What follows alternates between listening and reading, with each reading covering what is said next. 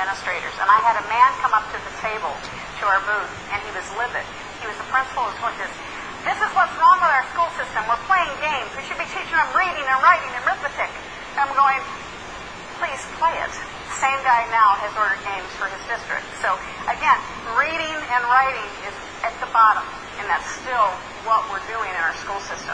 At the very top, doing the real thing, taking action, doing the real thing in life. And what's right below it?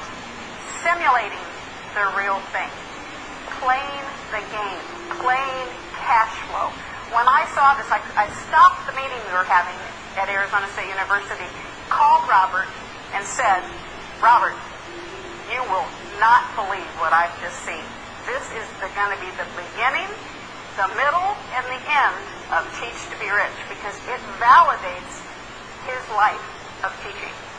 As I said, games, I mean, I saw a completely different world playing Monopoly. You know, by just playing Monopoly, suddenly I saw the way that I could become rich. And it had nothing to do with school and all this. It's not to say that reading and lecture are not important, but it's to say this is the way we learn the most. You know, I've learned by playing games. And then right before that is real life. So that's why we recommend you play the cash flow game 3 or 4 times and teach it to 10 people before you start playing with real life money. The last thing I want to say about real life is this. One of the reasons A students are not successful in the real world, not all of them, a lot of them aren't, is because what they learn in school down here is not to make mistakes. So they're really afraid of the real world, and they stay in the corporate world, the world of academia. How many people know people who went to school at age 5 and they're still in school today? You know, that was my poor dad. He only did well in school, so he stayed there. He had no idea what the real world was about because he was afraid of making mistakes. So that's how it affects the whole thing. So when you get this book here, you can study this code of learning right now, but you can see the worst ways of learning are reading and lecture, and the best ways of playing games and by doing the real thing. And that's why we created the cash flow game, was to not only for you to learn, but to help other people learn. Because when you play a game, it's mental, emotional, physical, as well as spiritual learning. Because it involves all of your senses. So it's also why this product, Teach to Be Rich, is going to be a larger book. It's going to include the DVDs that we are recording with you today. It's because we want to walk the talk. It's experiential learning. And experiential learning is simulating the real thing and then doing it and learning from your mistakes. Yeah. Now let me bring one of my best friends, Blair Singer, because you have a son who's like me in school, right? Yeah, Ben. Yeah. Why don't you tell him what's happened? Well, Ben is one of these 10-year-old boys in school that have a hard time sitting still. Has anybody here ever met one? And as a result of that, he had difficulty in some of the traditional reading, writing, and math and stuff at school. As a result, we played cash flow game with him, the kids version, but he got a little bored with that and decided that he wanted to play the adult version. And I have to tell you right now that my son Ben has probably played the cash flow adult version of the game at least 20 or 25 times. He typically gets out of the rat race in about 20 minutes. Most adults takes 4 hours. It takes 4 hours. But what's interesting about it is he was a kid who had a hard time with reading, special programs, teachers had concern, problems with math, all of this stuff. But what he learned in the cash flow game is he now, when doing the financial statements, we actually took the financial statement to his reading coach. And they said, who wrote this out for him? They go, he did. Because he's doing it, his writing is legible, his math is perfect. He went from, actually, I didn't tell you this, he actually went from doing, he's in 5th grade, went from doing 4th grade level math, he's now doing 7th grade level math because it has relevance to him now. And but the biggest win, here's a kid who really, as all 10-year-olds, really, their view of themselves is very, very important. And sometimes when he gets a little beat up on the soccer field or a little bit beat up by the kids that are supposedly smarter, he comes back and he wants to play the cash flow game. Because out of the cash flow game, he got these, in listening to us talk, he takes his allowance money and he goes out and he buys silver.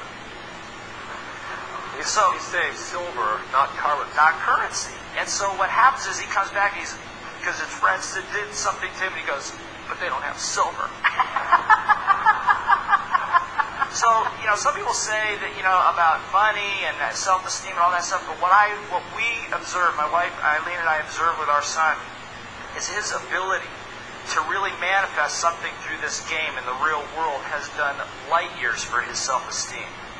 In a world where he's been persecuted because he wasn't smart enough, not attentive enough, too good of a salesperson, so he's considered disruptive in school if you're a good salesperson, is that he found a place where, as you talk about, that he has financial genius. And in working with his class, we do a couple events there. He actually stood in front of the room in front of 50 4th, 5th, and 6th graders and explained to them the purpose of knowing your math, because if you bought silver at $7.25 and now it's $8.50, how much money did I make? He says in front of the room. So that's a testimony to games in a world where reading and lecture has always been prized. You got to handle that first. And in the case of Ben, the game comes first. So thank you.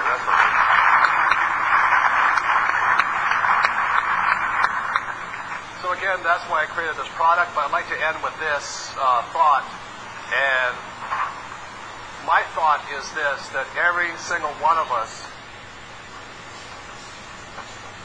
has a genius. Okay, and as I said earlier, it was only until I went to school that I think I was stupid. I didn't know I was stupid until I went to school. The teacher started labeling me that. And I started looking at that. I said, this is really quite, ridiculous. And it was my rich dad again who really kind of helped me with it and all this. He says, there's people with different kinds of geniuses, but we all have one. Let me say it this way. Every animal has a special advantage. For instance, a cheetah can run fast, a bird can fly, and a cockroach you cannot kill. Every one of God's creatures has a special genius, something unique that's for them. So if a cockroach has one, why not you? That's the way I look at it. So my poor dad was a school teacher, also said to me, my poor dad didn't like school either. He was trying to protect their genius. He says, what the word genius comes from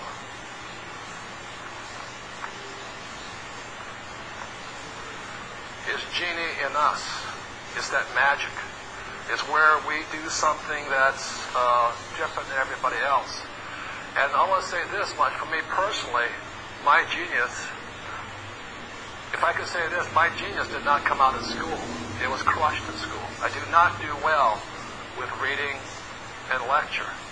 Also, my genius does not come out in the corporate world. I do not like climbing the corporate ladder. I don't like to say hello, yes sir, no sir, don't do as you tell me sir. I don't like what they pay me. I don't like their benefit plans. So my genius didn't do well in the corporate world. Some people do. The definition of intelligence is for you to be smart enough or intelligent enough to find that spot in the world where your genius comes out. And let me explain that. Your genius is dependent upon the environment you're in. As I said, my genius didn't do well in school and didn't do well in the corporate world. My genius does well in the street.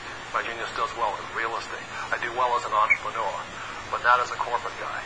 I don't get along with them too well. I'm a different kind of character. Does that make sense to you? So if you can understand this, Tiger Woods has a genius. But Tiger Woods' genius comes out in the environment of the golf course. You ever watch that guy pick up the club? That's where his genius comes out. If he was a jockey, he would not be a genius there. So you have to find the environment where your genius comes out, because every one of us has one. Mick Jagger went to school to be an accountant, but he found his genius as a what? Rolling stone. And so the message I want to leave with each and every one of you is that you have a genius. If you look at this picture up here on the plasma, see, every child has one. It's that magic. It's that thing that they know that nobody else knows. It's that special gift that every child is born with. And the problem with school is it crushes the genius of kids who do not respond well to reading and lecture.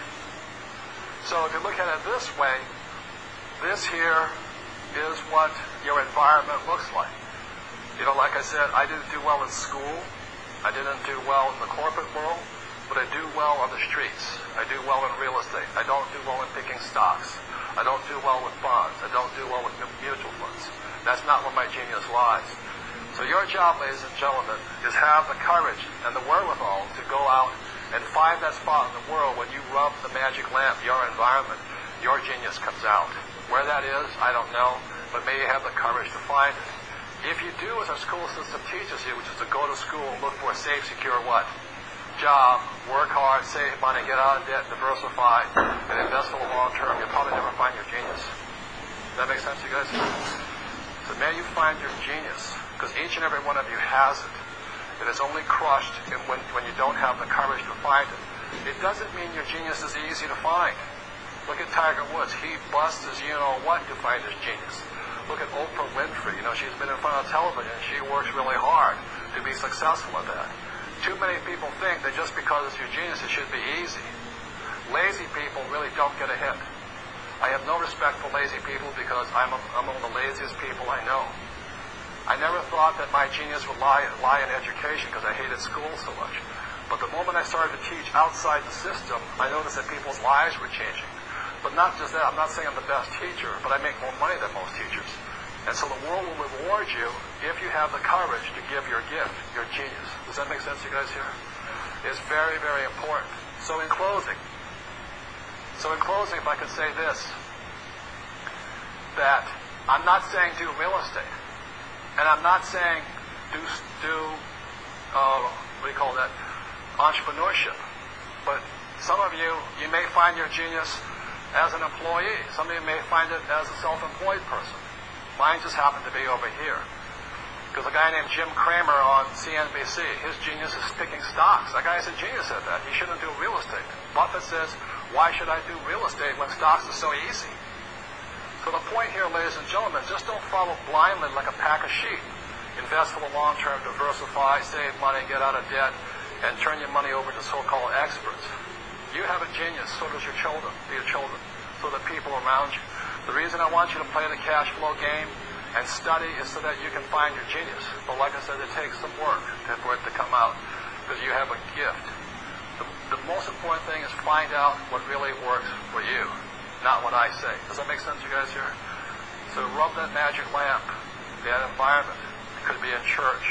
It could be as a poet. It could be as a gardener. Who cares? It's where your genius comes out. And when you find that, I think you'll find your life more abundant and happier.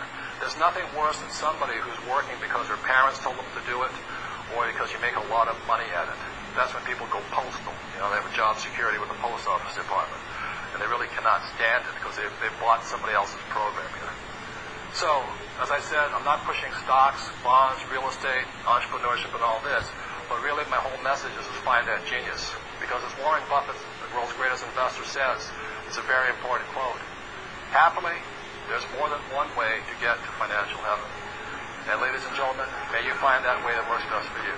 Thank you very much.